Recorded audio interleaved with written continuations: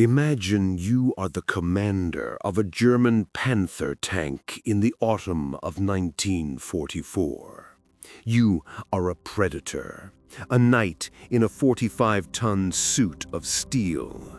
Your machine is a masterpiece of engineering, its sloped armor virtually immune to the American guns, its long, high-velocity 75mm cannon capable of killing an enemy tank from over a mile away. You are the king of this battlefield. Your crew is scanning the fields of Lorraine, France. You are on the hunt. And then your gunner spots it. A single, small American armored vehicle sitting partially exposed in a tree line. You look through your binoculars and a smirk crosses your face. It's not even a proper tank. It looks like a toy. It's small, has an open-top turret, and its armor looks pitifully thin. You know with the certainty of a veteran that a single shell from your Panther will tear it in half.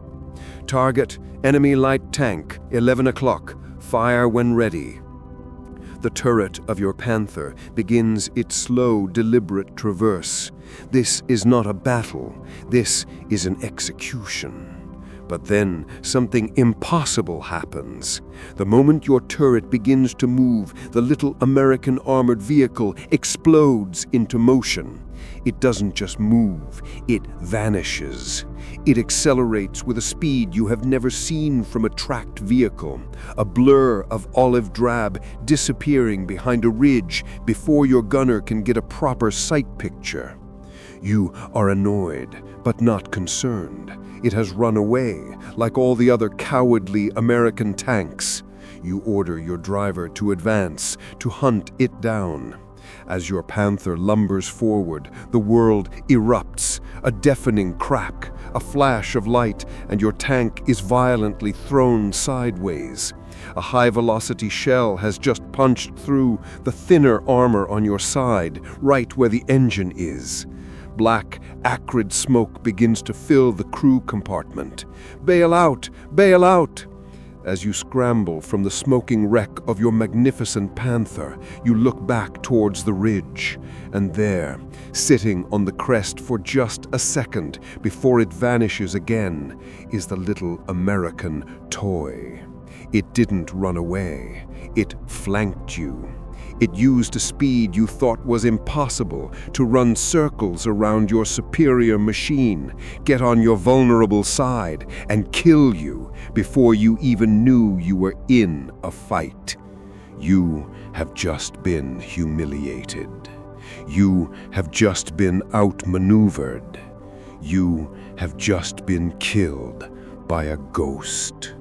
You have just met the M18 Hellcat, the fastest tracked vehicle of World War II. This is the story of the tank destroyer that German Panzer crews thought was a joke until it started hunting them for sport. To understand the profound systemic shock the M18 Hellcat inflicted upon the German Panzerwaffe, you must first understand the German religion of steel. By the middle of the war, German tank philosophy had become an almost spiritual belief in the holy trinity of firepower, armor, and range. This philosophy had given birth to monsters. The Tiger I tank was a 57-ton beast, a mobile fortress with armor so thick that most Allied guns simply could not penetrate it from the front. Its 88mm cannon was a legend, a high-velocity rifle that could swat enemy tanks from the sky like flies from incredible distances. To face a tiger was to face a god of the battlefield. Its younger, more sophisticated brother, the Panther, was arguably the best all-around tank of the war. It combined the killing power of a long 75mm gun with thick, well-sloped armor that was heavily inspired by the Soviet T-34. It was faster than a Tiger, and in a frontal engagement, it was virtually invincible to the American Sherman. The men who crewed these machines were the new knights of the Reich. Panzer aces like Michael Wittmann and Otto Carius were lionized by the propaganda machine, their kill counts soaring into the hundreds. They developed a specific, methodical, and arrogant style of combat. They were snipers. They would find a good hull-down position, use their superior optics to identify enemy targets at extreme range, and systematically destroy them long before the Americans could even get close enough to return fire. Their doctrine was simple: armor is life. Speed was a secondary concern.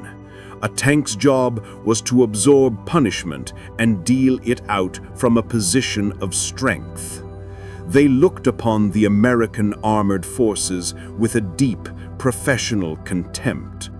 They saw the legions of mass-produced Sherman tanks as nothing more than targets, Ronsons to be brewed up at their leisure.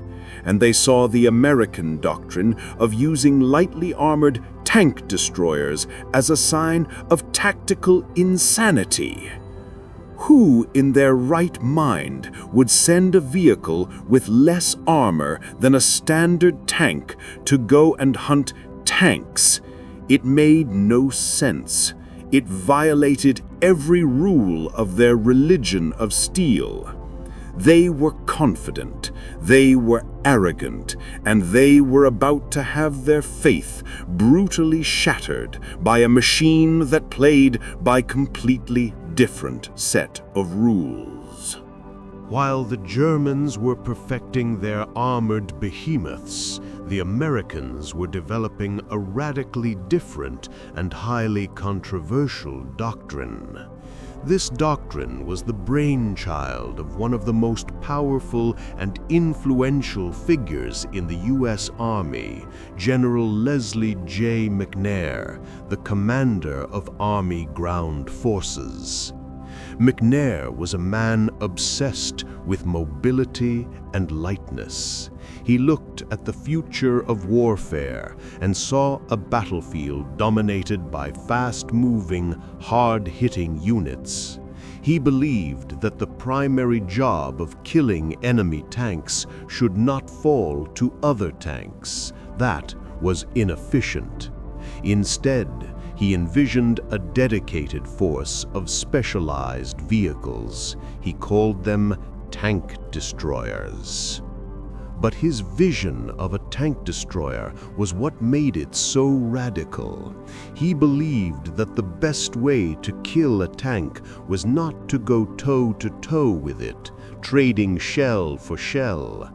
That was a fool's game, especially against the heavily armored German Panzers. No, the key, he argued, was speed. Overwhelming, game-changing speed. His doctrine stated that a tank destroyer needed three things in this specific order of priority: a powerful gun capable of killing any enemy tank, incredible speed to allow it to outmaneuver the enemy, choose its own engagements, and escape from danger. And that's it. Armor was not a priority. In fact, McNair believed that heavy armor was a liability. It made a vehicle slow, heavy, and a bigger target. A tank destroyer, he argued, should not rely on armor for protection. It should rely on its speed and a low profile to not get hit in the first place. This was, in the eyes of many traditional tank officers, and certainly in the eyes of the Germans, complete and utter heresy. It was a direct repudiation of the armor is life philosophy. But McNair's influence was absolute, and the Tank Destroyer Command was born. Their first attempts, like the M10, were built on the Sherman chassis and were relatively slow. They were effective, but they were not the pure expression of McNair's vision. That pure expression would come from the engineers at Buick, a division of General Motors. They were given a simple, almost impossible task: build the fastest, lightest, most powerful tank killer the world had ever seen. The result was the M18 Hellcat. It was a masterpiece of minimalist, purpose-built design. Everything about it was sacrificed for speed. The armor was paper-thin, barely an inch thick at its strongest point, and in many places less than half an inch thick. It was just enough to keep out machine gun fire and shrapnel, but it would offer zero protection against a German anti-tank gun. The turret was open-topped, which saved weight, but left the crew terrifyingly exposed to artillery and snipers. But what it lacked in protection, it made up for in its heart. It was powered by a massive 9-cylinder Wright R975 radial engine, the same type of engine used in airplanes. This powerful, lightweight engine, combined with an innovative torsion bar suspension, gave the 18-ton Hellcat a power-to-weight ratio that was unheard of. The result was breathtaking. The M18 Hellcat could reach speeds of over 55 miles per hour, 90 kilometers per hour on a road, making it the fastest tracked armored vehicle of the entire war. It could accelerate from 0 to 30 miles per hour in a matter of seconds. It was not a tank. It was a race car with a cannon. And that cannon was a good one. It was armed with a powerful 76mm gun, the same upgraded weapon that was being slowly introduced on the newer Sherman models. It was a gun capable of knocking out a Panther or a Tiger, provided it could hit them in their weaker side or rear armor. This then was the Hellcat, a glass cannon, a vehicle that perfectly embodied the American heresy of speed over armor. It was a machine that required a completely new way of fighting. It was not a brawler. It was a hunter, a ghost that was designed to strike from the shadows and disappear before the enemy even knew what hit them. The German Panzer crews, snug in their steel fortresses, had no idea what was about to hunt them. The M18 Hellcat began to arrive in Europe in significant numbers in the summer of 1944. And from the moment they entered combat, they began to confuse and infuriate their German opponents. The German Panzer crews, masters of the long-range duel, simply did not know what to make of them. The crews of the Hellcat battalions were trained in a completely different philosophy. They were taught to avoid, at all costs, a frontal engagement. Their mantra was, shoot and scoot. They were assassins, not linebackers. A typical Hellcat engagement was a masterclass in calculated aggression and speed. A platoon of 4 Hellcats would use their incredible speed to race ahead of the main American advance, often moving through terrain that was considered impassable for traditional tanks. They would find a concealed position on a flank, a wooded ridgeline overlooking a road that a German armored column was expected to use, and then they would wait. Imagine the scene from the German perspective. A column of Panther tanks is advancing cautiously. The commanders feel secure. Their frontal armor is invincible. Suddenly, a high-velocity shell screams in from the side and smashes into the lead Panther, turning it into a fireball and blocking the road. Before the German crews can even react, another shell hits the last tank in the column, trapping the entire unit. Chaos erupts. The German commanders are screaming into their radios, trying to identify the source of the attack. Their turrets, designed for slow, deliberate sniping, begin to traverse toward the flank, but they are too slow. By the time they have located the source of the first shots, the Hellcats are gone. They have fired their shots and immediately used their speed to race away, disappearing behind another hill, ready to set up their next ambush from a completely new direction.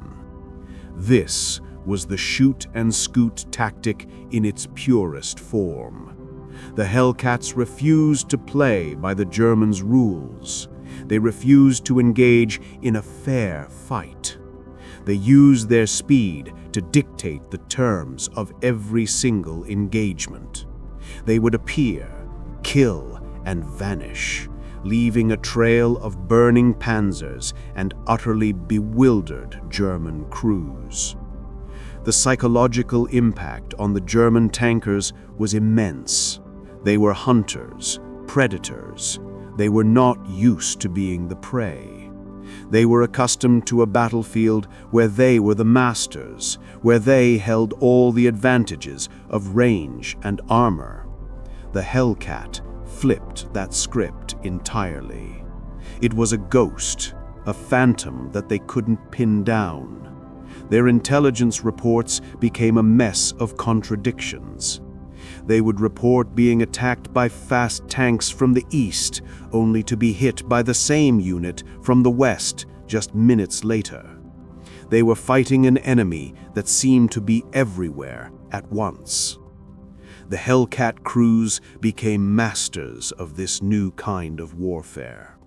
They worked in wolf packs, coordinating their attacks to hit an enemy from multiple directions simultaneously. They became so confident in their speed that they would perform incredibly audacious maneuvers. In one famous incident, a single Hellcat, having disabled a Panther, used its speed to literally drive circles around the crippled but still dangerous German tank, its crew unable to traverse their turret fast enough to get a shot, while the Hellcat's gunner took his time to place a final killing shot into its rear. This was not warfare as the Germans understood it. It was an insult. It was a humiliation, and it was devastatingly effective. The quiet confidence of the Panzer crews began to be replaced by a new, nagging sense of paranoia. Every tree line, every ridge could be hiding a pack of these fast little devils waiting to strike.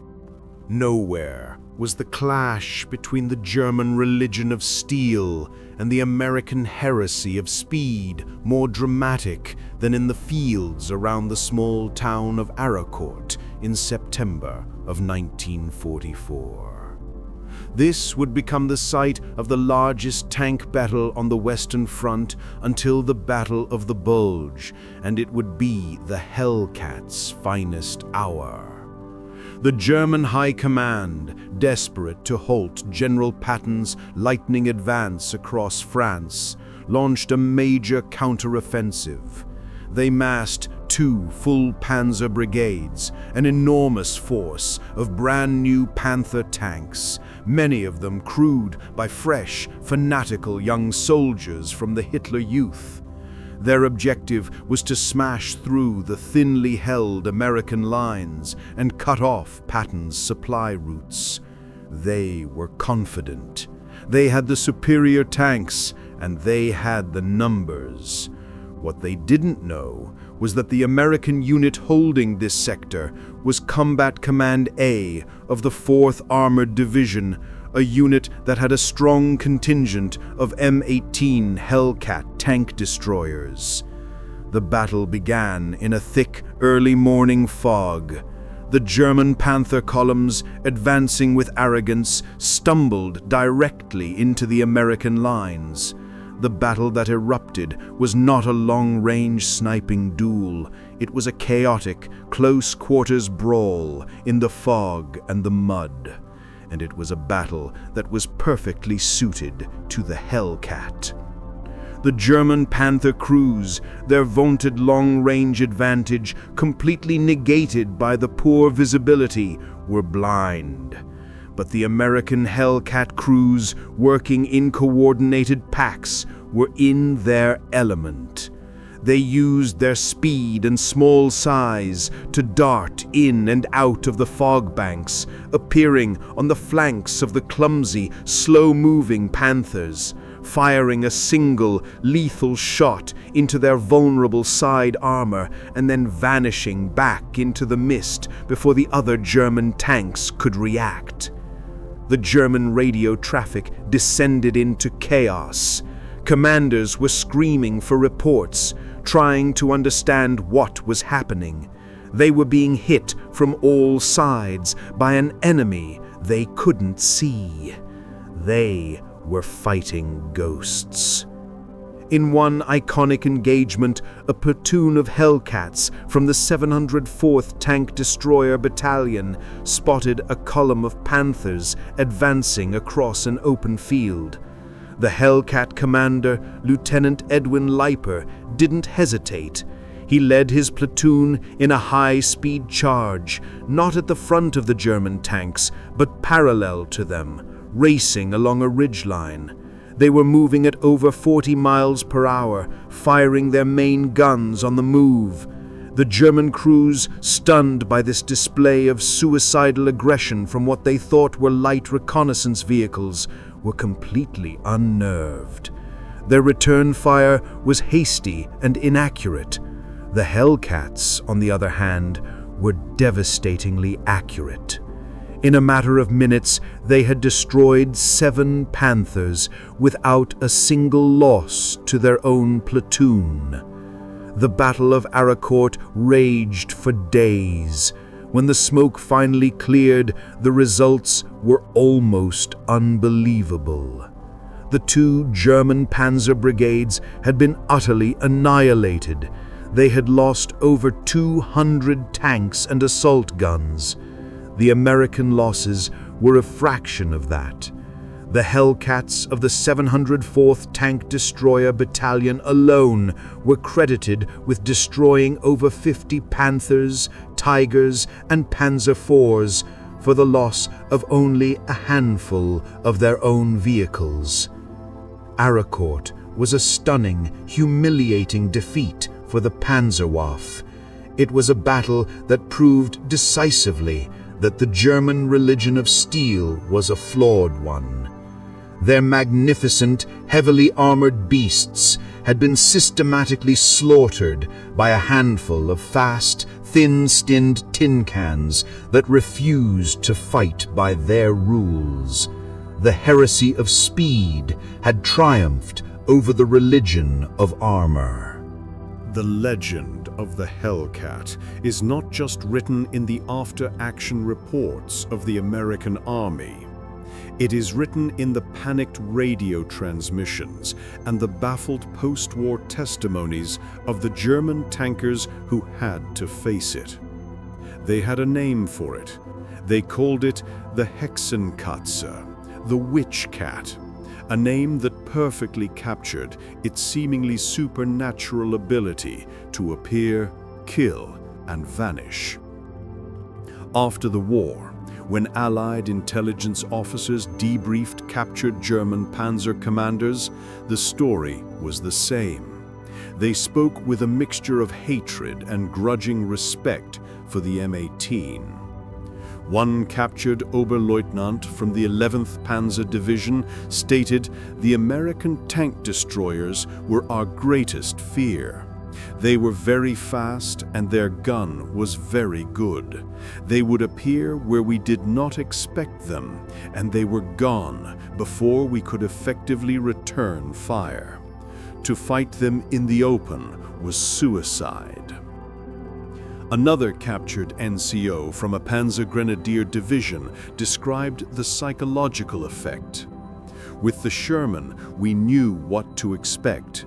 It was a fair fight, and we usually won. But with these fast little devils, you never felt safe. We would be advancing, and suddenly the tank behind you would explode. We never saw them. We never heard them. It was like fighting ghosts." The statistics of the Hellcat battalions tell the same story. The 705th Tank Destroyer Battalion, for example, which fought through the entirety of the Battle of the Bulge, was credited with destroying 77 German tanks, including several Tigers, for the loss of only 15 of their own Hellcats. The kill-to-loss ratios for most Hellcat units were staggering, far exceeding those of the standard Sherman tank battalions. They were, in every sense of the word, giant killers. They were the physical embodiment of the David versus Goliath story, played out day after day on the battlefields of Europe. They proved that in the complex calculus of tank warfare, speed and tactics could be just as valuable, if not more so, than thick armor. The German Panzer crews had entered the war as the undisputed kings of the battlefield. They were confident, they were professional, and they believed their machines were invincible. The M18 Hellcat taught them a brutal lesson in humility. It taught them that there was more than one way to fight a war, and that the enemy you laugh at is often the one you should fear the most. The M18 Hellcat was, in many ways, a flawed masterpiece. It was vulnerable. Its open-top turret left its crew dangerously exposed. Its thin armor meant that any direct hit from a German anti-tank gun was almost certainly fatal. But its flaws were also its strengths. Its lightness gave it its incredible speed. Its open turret gave its commander an unparalleled view of the battlefield. It was a weapon that required a special kind of soldier to operate it. It required a crew that was aggressive, intelligent, and perfectly coordinated. It required a commander with the instincts of a hunter, a man who knew when to hide, when to run, and when to strike. The story of the Hellcat is the story of a fundamental clash of doctrines. The German philosophy of the heavily armored, unstoppable juggernaut versus the American philosophy of the fast, agile, and deadly hunter-killer. And in the fields and forests of Europe, it was the hunter-killer that so often came out on top. The German Panzer crews who laughed at this strange, thin-skinned light tank were not fools. They were simply judging it by their own standards, by the rules of the game as they understood them. Their mistake was in not realizing that the Hellcat was playing a completely different game, a game they were unprepared for and ill-equipped to counter. The legacy of the M18 Hellcat is a testament to one of the great paradoxical truths of warfare. Sometimes the best defense is not to have any armor at all. Sometimes the best way to survive is to be too fast to hit. It was a lesson the Germans learned in the most brutal way possible. A lesson written in the burning wrecks of their magnificent panzers scattered across the fields of France. It was the legacy of the ghost that was simply too fast to catch.